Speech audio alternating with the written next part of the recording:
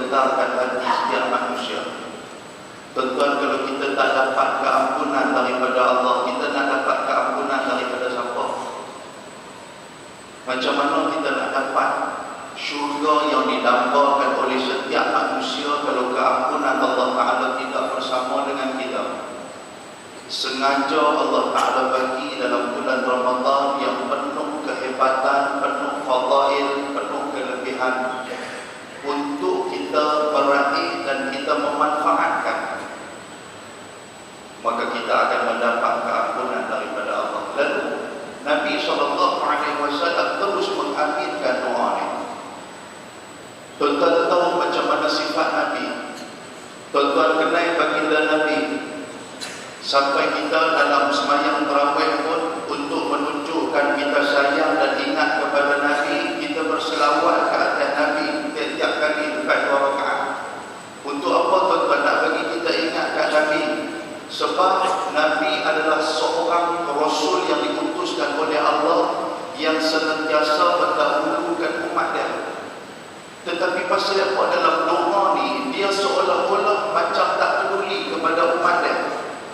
Dia seolah-olah macam membiarkan umat dia. Kalau dicelakakan oleh Allah, tidak diampuni oleh Allah, dia biar. Lalu dia mengatakan amin. Dia kata, aku mengatakan amin, ya Allah, mustajabkan doa Jibril. Nampak situasi yang berbeza.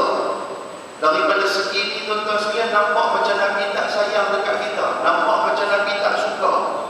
Sedangkan Nabi Muhammad tergolong dalam Nabi-Nabi yang disebut sebagai ulul azmi, yang mendapat ujian yang begitu hebat kerana menyelamatkan dan juga mengorbankan diri dia semata-mata kerana umat dia.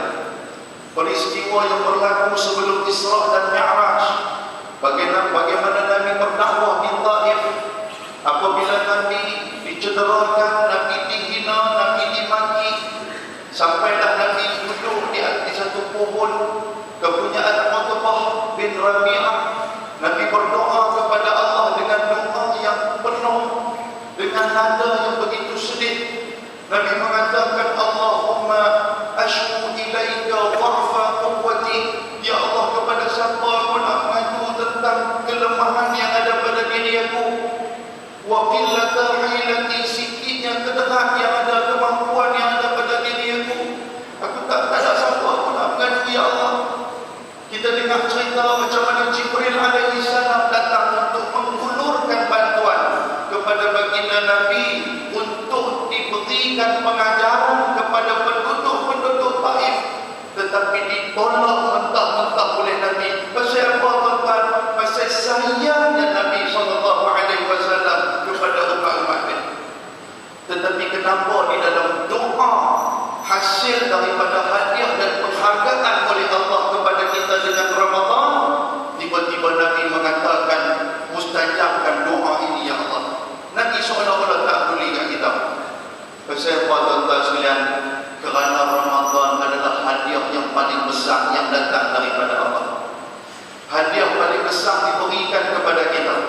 Apabila kita tidak manfaatkan, maka kita sendirilah yang akan bertanggungjawab di hadapan Allah. Nabi dah berusaha macam-macam dah. Sehingga tuan-tuan sekalian, Nabi minta kepada Allah, tatkala ahlul kitab menceritakan tentang kelebihan Syam'ul Al-Ghazi, seorang pemuda Bani Israel yang diberi kekuatan 1000 bulan untuk beribadat kepada Allah. Sahabat-sahabat Nabi cerita dekat Nabi, kalau indahnya kalau kami dapat hidup macam mana orang-orang dulu. Lalu Nabi bermunajat memohon kepada Allah. Allah Ta'ala kurniakan kepada kita umat dia, tuan-tuan sekalian, hanya untuk kita beribadat 1 malam daripada malam-malam Ramadan, kita akan memperolehi seperti mana pahala yang diberikan kepada Syam'ul Al-Ghazi. Yang tu pun kita tidak bersyukur lagi, tuan-tuan sekalian. Yang tu pun masih ramai lagi orang yang hanya permulaan Ramadan dia memanfaatkan Ramadan, tapi bila mulai pertengahan dia mula-mula kurang semangat dia. Bila last sekali 10 akhir yang terakhir, tuan-tuan sekalian, semangat dia makin lama makin luntur. Sedangkan 10 malam yang terakhir, 10 hari yang terakhir, itulah yang ditekankan oleh baginda Nabi SAW, sehingga Nabi sebut di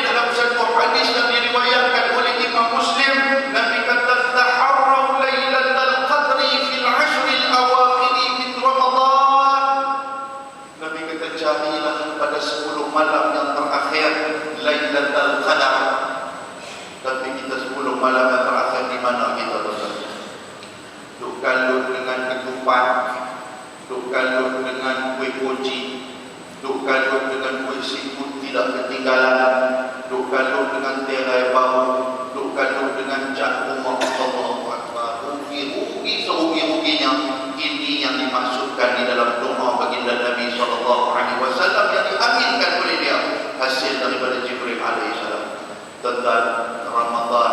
Hanya dalam bulan Ramadan lah tuan-tuan nak semayang banyak. Hanya dalam bulan Ramadan lah tuan-tuan nak dapat berkumpul satu perkumpulan yang cukup hebat di masjid di tuan-tuan sekalian.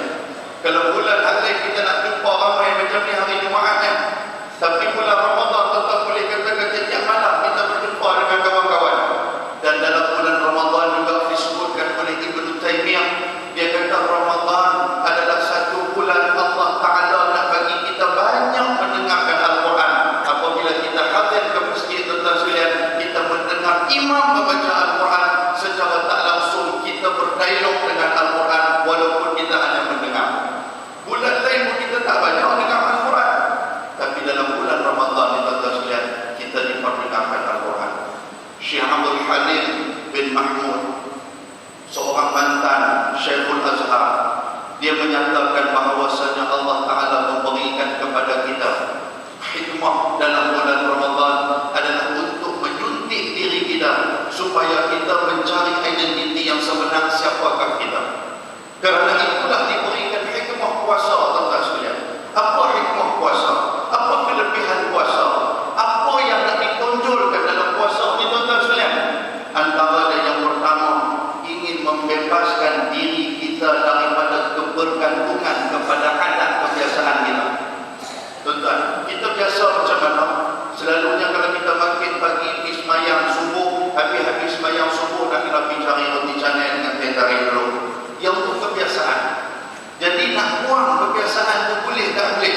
Kebiasaan makan kita di siang hari, kebiasaan kita bergaul dengan isteri di siang hari, kebiasaan kita bercakap dengan perkara-perkara yang tidak berfaedah tuan-tuan sekalian. Bila mainnya puasa ini, disuruh kita imsak, disuruh kita tahan supaya kita dapat menepis segala apa yang dikatakan adat kebiasaan kita tuan-tuan. Ketika mana datangnya kesusahan, kita dapat apa? Kita dapat menerima dan juga menghadapinya. Itu antaranya. Lepas itu, antara yang lain, hikmah yang Allah Ta'ala bagi kepada kita kefarduan puasa ini adalah untuk melahirkan perasaan sabar di dalam diri kita. Tuan-tuan, kalau kita tak sabar makan apa yang tuan-tuan tunggu tadi buka puasa ramai-ramai, tunggu 5 minit untuk nak buka puasa, rasa macam tunggu 5 jam. Ketika mana makanan tu ada di depan, kita pun kira marah kat iklan radio saat dia keluar iklan replika, saat dia keluar macam-macam. Kita kata yang iklan pun banyak. Kalau tak ada iklan pun tak masuk lagi waktu, tak boleh makan rumah tu juga. Boleh faham betul sekalian? Itu di antaranya.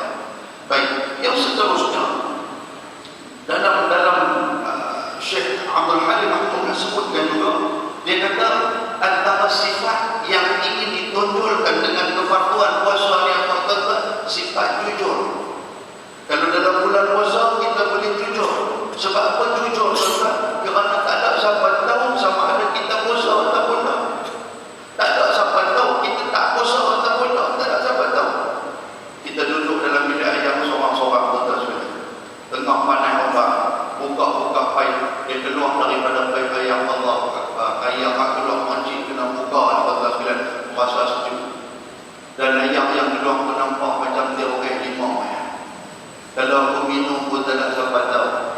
Kalau aku minum ayam ni pun keluar mini pun tak tahu kata aku puasa ataupun tidak. Jadi puasa ni dia nak cungkil benar jujur dalam diri kita. Kalau dalam bab ni pun kita boleh jujur, apatah lagi dalam persoalan-persoalan yang lain. Kita pegang amanah, kita pegang tanggungjawab. Kalau kita boleh jujur tuan-tuan sekalian, maka kita akan selamat di dunia dan juga di akhirat. Antara yang lain, nak suntik semangat apa lagi, nak suntik sifat apa lagi, diceritakan dalam ini tuan-tuan sekalian, adalah sifat disiplin. Tuan-tuan, disiplin. Ketika mana tuan-tuan tengah duduk makan, lepas itu dengar azan waktu sahur, dengar azan daripada masjid kita ni, masjid Gelugok ni. Hak mana hak makan semua stop kan. Pasal apa tak makan tuan-tuan, pasal disiplin kita nak jaga kan.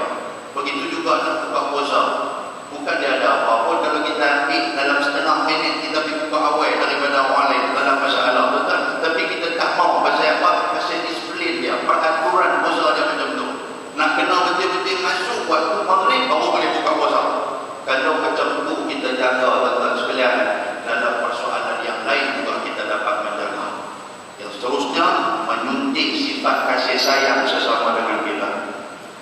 kita rasa lapar, teringat macam mana umat Islam yang berada di Palestin. Bila kita rasa lapar, teringat macam mana umat Islam yang berada di Syria. Teringat ketika mana kita lapar, teringat umat Islam yang berada di bumi Rohingya, yang ketika mana mereka tak ada buka puasa, tak ada makanan, nak syok, tak ada makanan. Itu yang mengingatkan kita kepada mereka. Ditambah pula dengan kefarduan zakat fitrah, supaya kita ambil iktibar, kita ambil pengajaran orang yang kita bagi zakat fitrah itu, kita tengok macam mana. Allahu Akbar, kesian, tak berada, kita lebih beruntung daripada mereka. Itu di antaranya. Contoh yang terakhir, dia dah kata 20 minit. Yang terakhir, antara yang disebutkan oleh Allah Subhanahu wa taala di dalam surah Al-Baqarah ayat 183. Allah Taala kata apa, tuan-tuan? Ujung daripada ayat ya ayyuhalladzina amanu kutiba alaikumusiyam wal ujung dia apa? La'allakum tattaqun. Tuhan guna di sini perkataan fi'il mudhari' la'allakum tattaqun. Tattaqun di makna apa? Istimrar, maknanya sentiasa bertakwa kepada Allah. Yang ni yang kita nak jaga susah. Kita boleh main dalam bulan puasa, boleh main ke masjid, kita boleh mangkit tengah malam dalam bulan puasa, kita boleh sembahyang banyak, kita boleh bersedekah, kita boleh baca Quran. Bila berlalunya Ramadan, tuan-tuan sekalian, apakah penanda kepada ketakwaan yang ditinggalkan oleh kita? Apakah penanda, tuan-tuan sekalian? Adakah kita berlalunya Ramadan, maka berlalulah segala amalan-amalan kita takwa dah. Kalaulah dalam diri kita sifat itu ada, kalau kita bertakwa kepada Allah, lepas daripada bulan Ramadan pun, tuan-tuan, dia akan tetap datang ke masjid. Lepas daripada bulan Ramadan pun, dia tetap akan baca Quran. Lepas daripada bulan Ramadan pun, dia tetap akan mangkit tengah malam. Pasal dia dah terbiasa dengan 30 hari dia mangkit tengah malam. Maka tuan-tuan sekalian, itulah sifat yang melekat. La'allakum tattaqun. Minta kepada Allah, mudah-mudahan Tuhan bagi kekuatan untuk kita istiqamahkan sifat ini di dalam kehidupan kita, tuan-tuan sekalian. Mudah-mudahan saya cukupkan itu. Apa yang baik kita ambil sebagai pengajaran. Mudah-mudahan